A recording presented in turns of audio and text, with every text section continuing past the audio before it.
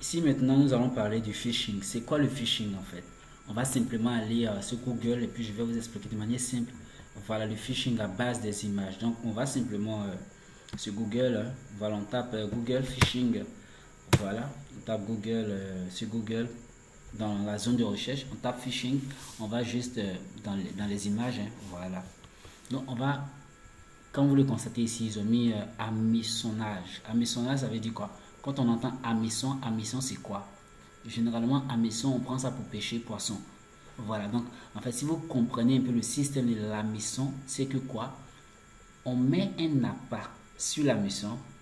Écoutez bien l'exemple. On met un appât sur la maison. C'est comme très souvent dans le cas des poissons. Bon, je vais prendre les petits poissons comme nous étions enfants, on jouait étant africains. On met des petits vers sur la maison ou bien les petits poissons. Voilà. Et lorsqu'on met ça dans l'eau, le poisson pense en fait que c'est la nourriture. Pourtant, c'est une nourriture empoisonnée ou bien une nourriture piégée. Et lorsqu'il essaie de manger automatiquement, ça le kidnappe. C'est de la même manière la chose se passe. Si vous ne comprenez pas, je vous explique par l'illustration que Google nous donne. Voilà, voilà le meilleur ou bien la meilleur exemple. Voilà le meilleur exemple en fait du moins c'est de phishing. Vous voyez cette vidéo et cette image ou bien cette image ou bien cette image. Voilà. On peut faire ça avec même les cartes bancaires. On peut faire ça avec les informations personnelles sur un site internet. Voilà. Et bon, en fait, je ne vais pas tout vous dire ce qu'on va voir, mais bon, que Dieu nous garde. Ok. Donc, ce que vous voyez ici, c'est que lui, vous voyez la mission dans sa main, il est dans un autre ordinateur, et puis il envoie ça à telle personne. Donc, en fait, c'est comme si je te dis, et très souvent, on voit ça par les messages que vous recevez par WhatsApp. Oh, on te dit par exemple, vous avez gagné tel nombre de francs, cliquez sur ce lien. Je vous dis, je suis vraiment désolé, 80-90%, voire même 95% des messages que vous recevez par WhatsApp du genre tiens, cliquez ici, vous avez reçu tel nombre de gigas, vous avez reçu tel... Vraiment, moi je suis vraiment dépassé quoi, par l'intelligence de l'homme. Je suis vraiment dépassé et je me pose des questions. Comment on arrive à cliquer dessus? Ceux qui partagent de tels messages, ils pensent comment? Bon, j'espère que aussi vous... Voilà, si vous en faites partie, vraiment, essayez de vous libérer de cette pensée. Je vous explique de manière simple. Quelqu'un t'envoie un message et puis il te dit dans le message WhatsApp, vous venez de recevoir 90 gigas Internet. Mais réfléchissons, qui donne les volumes Internet? Celui qui donne un volume Internet s'appelle ton serveur ou bien ton fournisseur d'accès Internet. On l'appelle Orange, MTN, Cause, Green, Airtel ou bien Vodacom. En fait, peu importe. Mais ce n'est pas WhatsApp. WhatsApp, c'est un réseau Internet. On te dit que tu as reçu 90 gigas et on te demande de cliquer sur ce lien. Mais tu cliques sur ce lien comment? Qui va t'envoyer? Est-ce que ton fournisseur d'accès Internet est au courant? Non, ce n'est pas ton fournisseur d'accès Internet qui t'envoie, mais tu cliques là-dessus.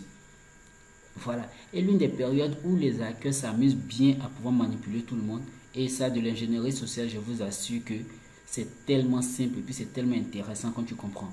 Je prends un cas simple. Récemment, nous avons eu WhatsApp qui a changé ses thèmes. Ils ont envoyé un thème noir. Voilà, je pense. Lorsque le jour où j'ai envoyé un thème noir, le jour où j'ai lancé ça, moi, j'ai changé automatiquement mon interface. Parce que moi, je suis abonné aux différents. Ça veut dire à la source directe, en fait. Que ce soit tout ce qui est direct là. Mais vous allez voir, même sur mes statuts là, très souvent, les dates sont récentes. Hier, par exemple, je pense que Grande-Bretagne, ils ont eu leur agent de communication qui était piraté à peine hier. Donc je suis abonné à, en fait, à toutes les sources, bon, la majorité de les sources. Donc lorsque ils ont reçu le message, tout le monde a reçu le message. Bon, certains ont reçu le message et beaucoup sont actifs comme nous autres. Donc quand on reçoit le message, qu'est-ce qu'on fait? Comme on sait que beaucoup de personnes aiment ça, on reçoit le lien, on prend le lien, on cache un lien derrière ce lien et lorsque toi tu prends, tu cliques là-dessus, tu es piégé, soit tu remplis un formulaire, c'est non, on reçoit et c'est comme ça en fait. Voilà, ça veut dire on peut prendre un bon lien, on manipule et puis on t'envoie ça. Et 80-90% des liens que vous recevez, c'est comme ça c'est fait. Ou bien un autre vraiment très récurrent, c'est que je copie simplement, c'est-à-dire je fais la même page comme page Facebook, il n'y a pas de différence. La même page comme la page de ta banque, il n'y a pas de différence. Et par exemple, on va prendre le cas de la banque. Voilà, je vais prendre le cas de la banque de manière simple. Je te dis simplement, monsieur Lubuma, ouais c'est ça, voilà, monsieur Lumumba, vous avez reçu votre banque, bon, ou bien je vais dire simplement, regardez un message comme ça va forcément te gamer. Vu que je sais que tu es une personne active dans la banque, je vais t'envoyer un message. Une transaction a essayé d'être faite à votre numéro sur ce compte à partir de cette date. Veuillez confirmer si c'est vous, cliquez sur ce lien. Mon ami, à tous les coups, tu vas cliquer sur le lien. Si vraiment tu tiens à ton argent, tu vas cliquer sur le lien. Et comme c'est signé monsieur le directeur de la banque, ou bien c'est signé avec la signature de la banque, tu vas mettre ton lien et tu vas cliquer dessus et tu vas remplir le formulaire. Mais comme c'est une banque, qu'est-ce qu'ils vont te demander quand tu vas remplir? Ils vont te demander, mets ton nom, mets ton mot de passe, ou bien mets tes accès, mets ton mot de passe. Et quand tu valides, ils vont te renvoyer sur la page officielle ou bien la page réelle. Et tu vas mettre encore les mêmes accès que tu as mis. Pourtant, sans t'en rendre compte, c'est ton mot de passe que tu as donné comme ça. c'est pas la banque que tu as donné, mais c'est pas, non, c'est au hacker que tu as donné ça. En fait, c'est ainsi partout. Et c'est vraiment manipulable. Tout le monde peut, mais en fait, il faut de l'ingénierie. Et 80%, 90% des liens que vous recevez, c'est comme ça. Vous allez voir que beaucoup de, en tout cas moi, depuis que j'ai pris conscience de ça, bien connaissant de ça, histoire des liens là, si tu m'envoies un lien, voilà le conseil que je vous donne par rapport à phishing pour s'en prémunir. Quand on t'envoie un lien, voilà pourquoi Google doit votre ami. Quand on t'envoie un lien, pour vérifier, c'est simple. Tu vois d'abord le lien, la personne dit quoi dans le contenu. Tu vas simplement, tu laisses même le lien, tu ne jettes pas.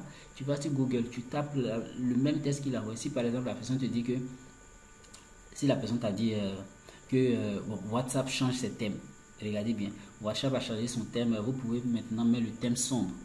Ça c'est WhatsApp qui a dit. Toi tu m'as envoyé le lien. Est-ce que toi tu travailles avec l'agence du WhatsApp ou bien la société WhatsApp? Non. Donc si toi tu m'as envoyé, ça peut être un lien malicieux, moi je ne sais pas. Donc comme c'est comme ça, je laisse toi ton lien que tu m'as envoyé là et je m'en vais sur Google, je tape nouveau thème de WhatsApp. Ou bien Google, je tape simplement bon, thème sombre de WhatsApp. Comment avoir le thème sombre de WhatsApp? WhatsApp va m'afficher, Google va m'afficher une panoplie de liens pour pouvoir avoir accès. Mais la majorité des fois, les 3 premiers liens sont de bons liens. Donc, qu'est-ce que je fais lorsque Google me propose? Je regarde simplement les liens qui sont efficaces, les liens sérieux, et je clique là-dessus. Et puis, automatiquement, ça me redirige vers la bonne page. Et j'active les choses comme je dois activer.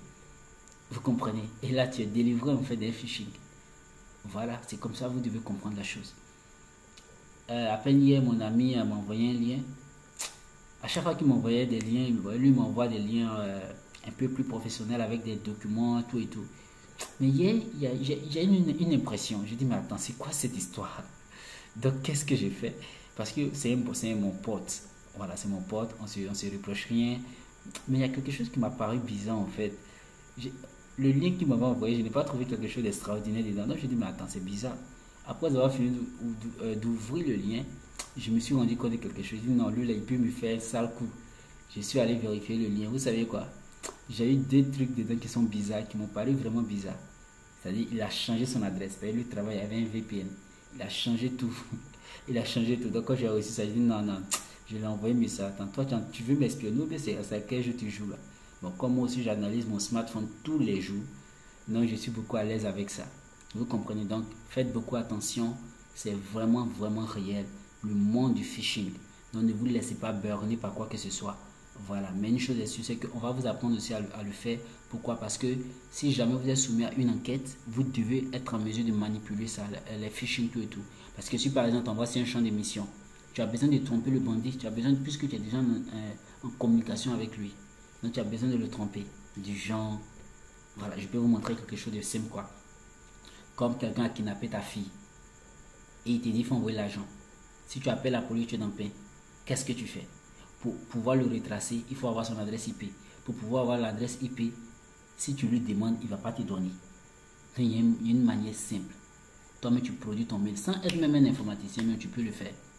Toi-même, tu produis. Et lorsqu'il clique sur le lien, son mail, son adresse IP t'est envoyée. Et à partir de là, tu peux retracer. Tu peux envoyer l'adresse email professionnelle pour détecter où il est précisément. Automatiquement, la police peut s'en charger. Voilà. Donc là, je m'arrête avec le phishing. Je pense que j'en ai trop dit. Mais je crois qu'on va plus développer ça lorsque le moment viendra. Parce qu'on va beaucoup parler de ça encore devant. Voilà.